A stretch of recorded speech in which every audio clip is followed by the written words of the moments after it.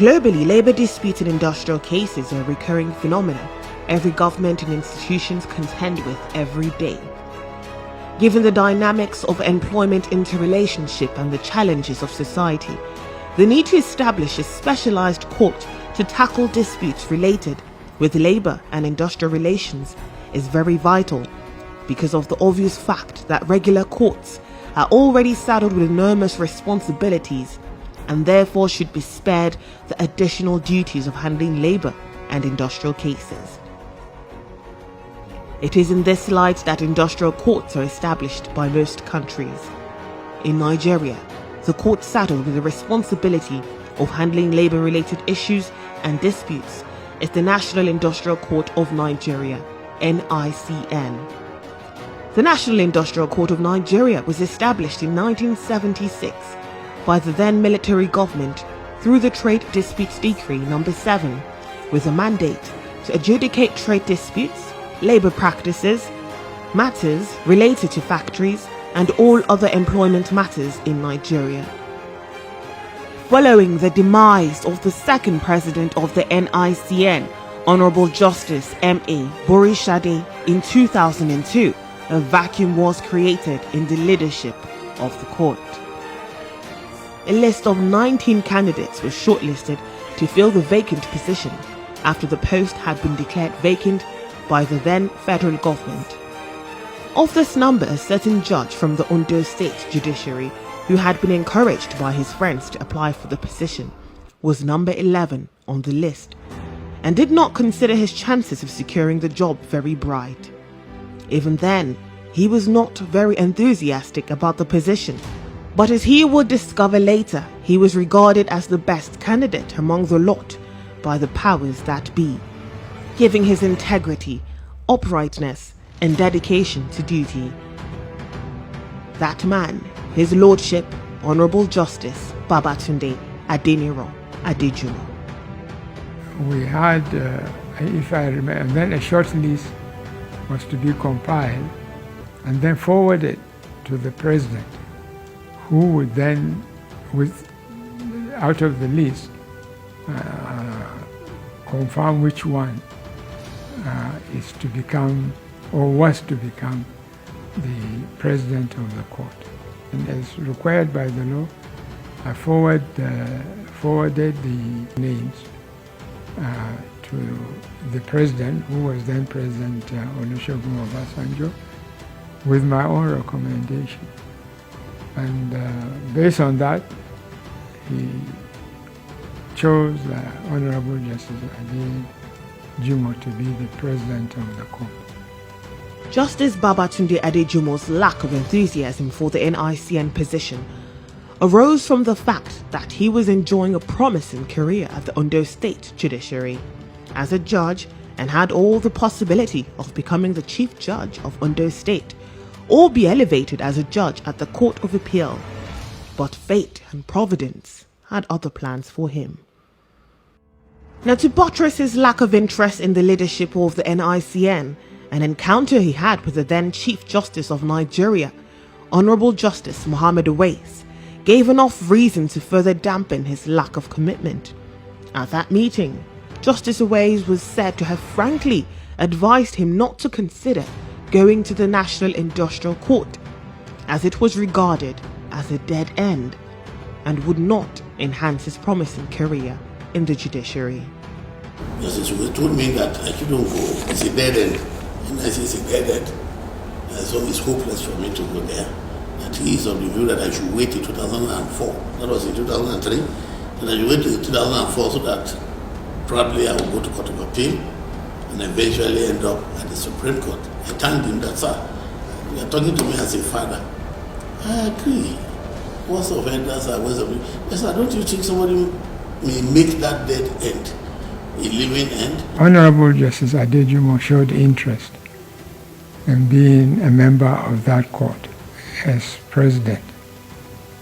And people were thinking it was going to be like the administrative panel that they used to have, so that if you get to for judges, that there is no any other court to aspire to, like Court of Appeal and so on, because it was regarded just as a specialized court. And so I believe that's one of the reasons why people refer to the position of the president of the court as dead end, because they can't move from there. They think from there to the higher courts, that is the Court of Appeal and the Supreme Court. But that advice, rather than dissuade him from considering taking up the offer if he got the job, did the contrary. It further emboldened him to take up the challenge of the office, even in the face of looming failure. And so, on the 14th of April 2003, his appointment as president of the National Industrial Court of Nigeria was announced by the federal government, and on the 5th of May 2003, he was sworn in as the third president of the court. Thus began a journey that would span close to 2 decades, a journey that would be filled with several unseemingly tough obstacles, but which would ultimately witness a major transformation in the affairs of the National Industrial Court of Nigeria, culminating in its attainment as a court of superior records. When Justice Babatunde Adejumo resumed office at the then headquarters of the NIC at this location on Oju Olobu Close, Victoria Island, Lagos, little did he know what was awaiting him. He was shocked with the condition he met. The office was anything but befitting of the headquarters of an industrial court. It was a twin duplex building that was always submerged in water whenever it rained. Lawyers were always reluctant to come to the court to prosecute their cases. His official residence was also not spared the same deplorable situation. Staff strength and the right caliber of personnel needed to run an institution like the industrial court was also a major issue. Majority of the personnel were non-professionals and thus lacked the basic legal skills. What's more, everybody was crammed in the twin duplex office. Whenever I trained at the end of the work for the day, for you to come out from your car, you must put block by your car so that you can step on it. That was the situation. I happened to follow him to Lagos when he wanted to resume at the office at Lagos. I could remember clearly then that when we were entering the office, it was like a swimming pool. We had to roll our trousers. Then, those of us that cannot afford to lose our shoes to water, we have to remove them and tactfully enter that office. In fact, not just rains. We used to have this water surge from the sea, and it flow, overflow everywhere, including our courtrooms. We have just one courtroom there, and water overflows to come to everywhere. All Olobo close, and sometimes when a branch to the building, the courtroom will be full of water.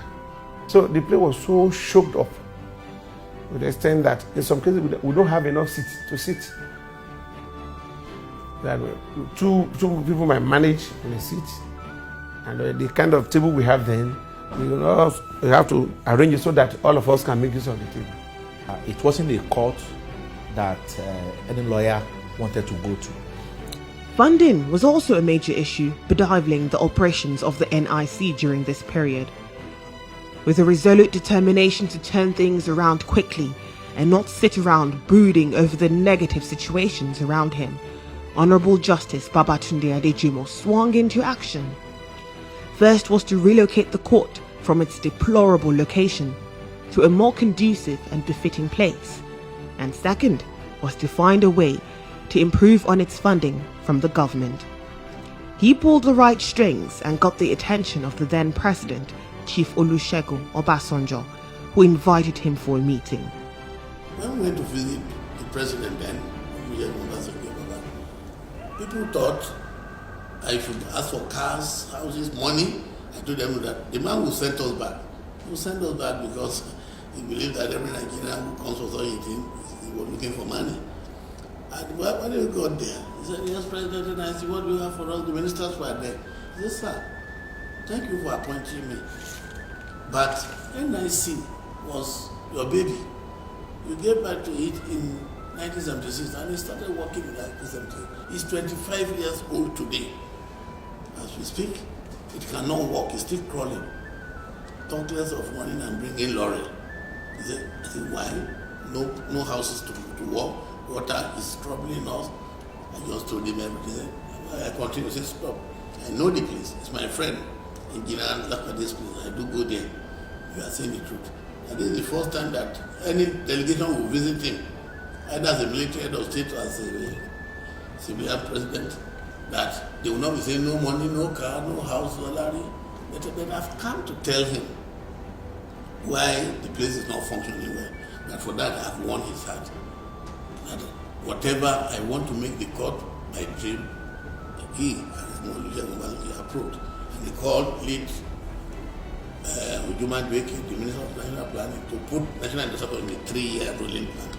He called the Attorney General of the Federation, Chief Erudite Judge, to join hands with me to come out with a law and an enabling act for the National Industrial Court. He called B.A Ahmed, the head of service, to join hands with the Minister of Housing, Mama Shomo, to relocate us from Victoria Island to the government building in Ikoyi. And he did. It rained heavily. The whole court flooded. My house in Ikoyi was flooded. The court was the best were floating. I managed and I rode. I came in the night. In the morning, I got to Abuja very early. And I met B.A Ahmed. This is the situation. Now I should go to number 31. That church in Ikoyi and take over the place. I took over the place. From my Abuja, I just reported there and I called them. I've relocated my situation situation office to 31.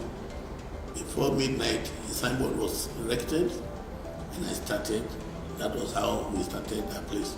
Having overcome the problem of securing a befitting office accommodation for the NIC and improving on its funding by the government, Justice Adejumo was soon confronted with more challenges. He met yet again another dead end. This time around, the issue centered on the jurisdiction of the NICN itself. For 25 years since the inception of the NICN in 1976, the court had remained practically moribund. It was clearly unknown by Nigerians and its decisions and pronouncements hardly respected. To his bewilderment, he discovered that the law establishing the NICN was just an omnibus law. So its operations was limited and its judgments barely respected. Something had to be done to change the situation if the court was to play its critical role in the society. Justice Adejumo did not allow this shortcoming deter him. After all, he had already been warned about the situation at the NICN, and there was no going back. He was therefore resolute in his determination to change the situation for the better.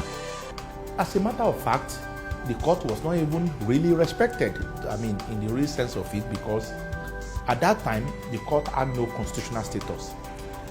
Cases then went to National Industrial Court either by a referral from the Honorable Minister of Labour or by exercising a right of appeal from the Industrial Arbitration Panel. How they see the judgments, have they had any effect? They are not respected by the sector for which they were established, which is the industrial relations sector, the labor sector. He soon set to work, and his hard work paid off in 2006 when the National Assembly passed the National Industrial Court Act 2006, strengthening the rules of the court and its ability to enforce judgment. The Act also repealed parts of Decree No. 7 of 1976 and reduced some of the jurisdictions of the High Courts that was shared with the NICN. That marked a turning point in the history of the court and its ability to enforce its judgments, for in effect, the 2006 NIC Act sought to make the National Industrial Court of Nigeria a court of superior records. But no sooner was the National Industrial Court Act 2006 passed than it began to generate controversies among legal minds and constitutional lawyers. And the argument among the jurists was that a mere act of the National Assembly was not enough provision to confer the status of Court of Superior Records on the NICN. Something much more fundamental needed to be done to achieve the status. The controversy generated by the NIC Act 2006 came to a head during a ruling by the Supreme Court of Nigeria over a case involving the Bureau for Public Enterprises (BPE) and the National Union of Electricity Employees, in which the Apex Court ruled against the National Industrial Court of Nigeria as a superior court of record, but subordinate to the High Courts, notwithstanding the provisions of the 2006 NIC Act. The argument was that, look, you cannot create a court of superior record outside the Constitution.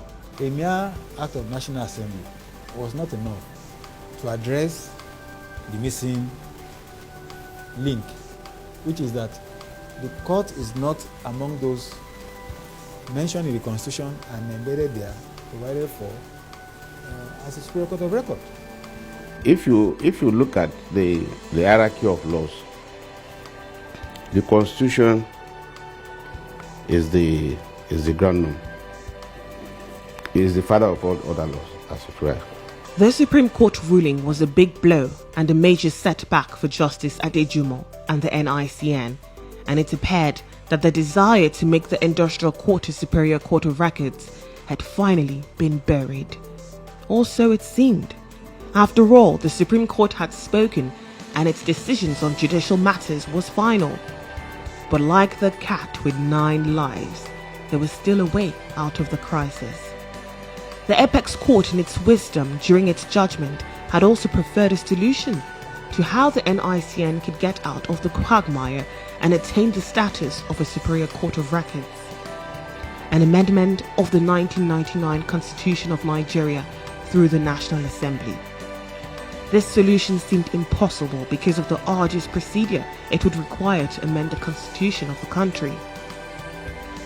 But Justice Adejumo and his team were determined to make this route, no matter what it would cost, and they soon set to work. Thus began a tortuous journey. Through a memo raised to the Chief Justice of Nigeria, the President of the Senate, as well as the Speaker of the House of Representatives, and hearings in the National Assembly, as well as the 36 state houses of assembly, the amendment of the 1999 Constitution was kick-started. On the 4th of March 2010, victory was finally achieved when the National Assembly passed the third alteration of the 1999 Constitution, thus finally making the National Industrial Court of Nigeria a superior court of records with its own powers and jurisdiction. It was victory at last. Finally, NICN could now take its pride of place in Nigeria's judicial landscape. So today, the court is a superior court of record, and it's number 4 on the hierarchy of courts in Nigeria. And so it became a constitutional court in the sense like any other court. It became a court of records. It's not an easy thing to achieve an amendment to the Constitution in Nigeria. It's not a tea party at all.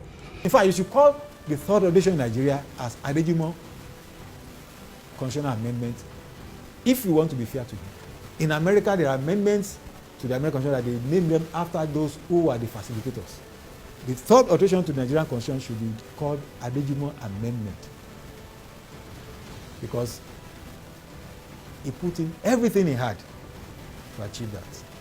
As mentioned earlier, staff strength at the NICN when Justice Babatunde Adejumo assumed office as president of the court was abysmally low, a mere 123, and majority of who were non-professionals and not conversant with industrial laws.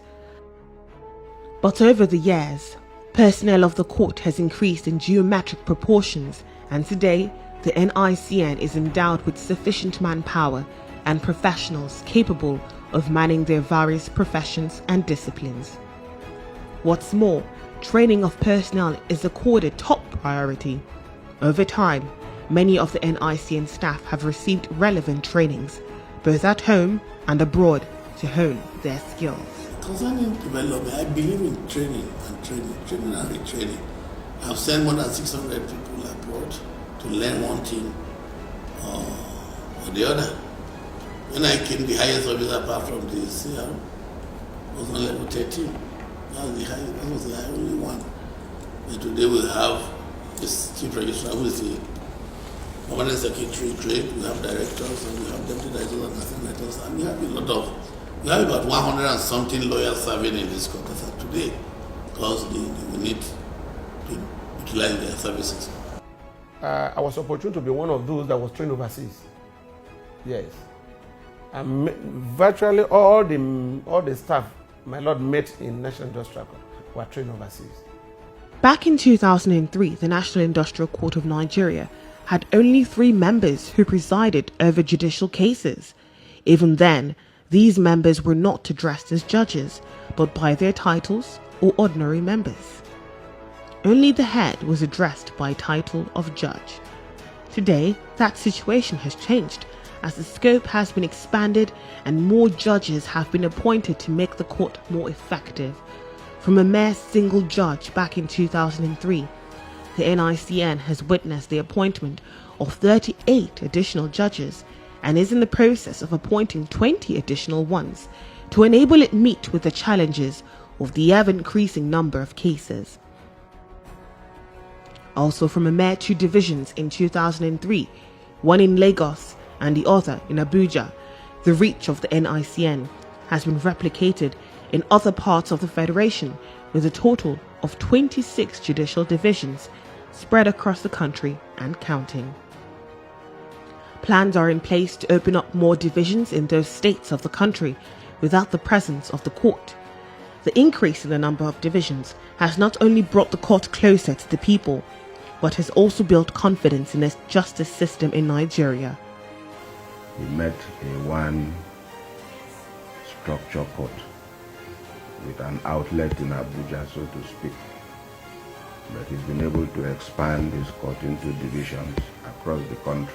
If he had his way, Judge Adejumo would want there to be NIC presences practically every senatorial district. If he had his way, knowing the way he thinks, he's a man that enjoys giving service.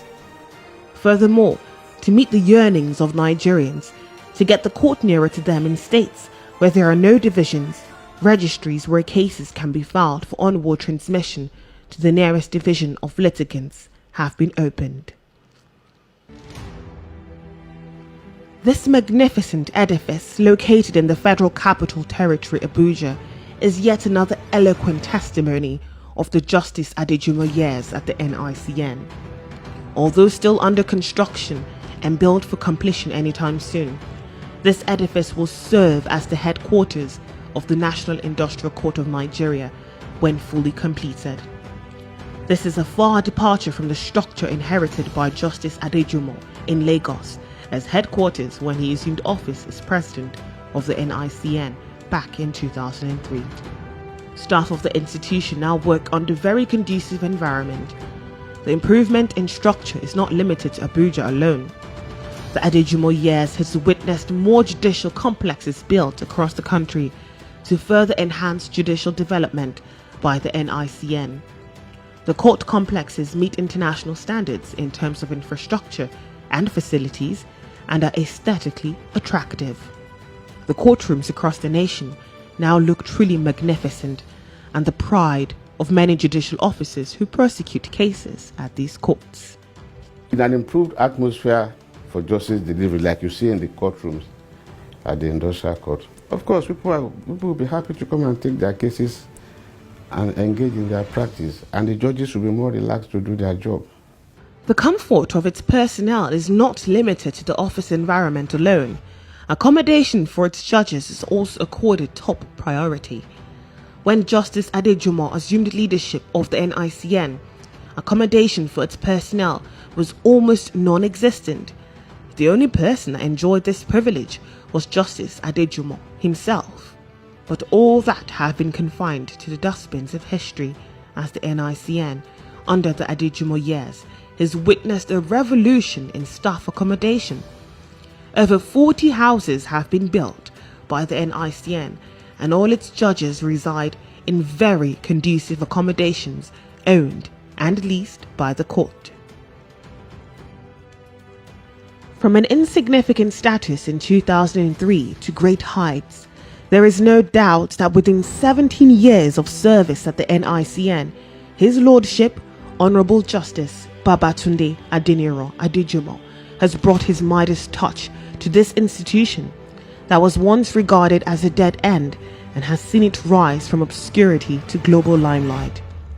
The National Industrial Court of Nigeria has indeed witnessed unbelievable transformation through a combination of dynamic vision, hard work, forthrightness and integrity of this erudite justice.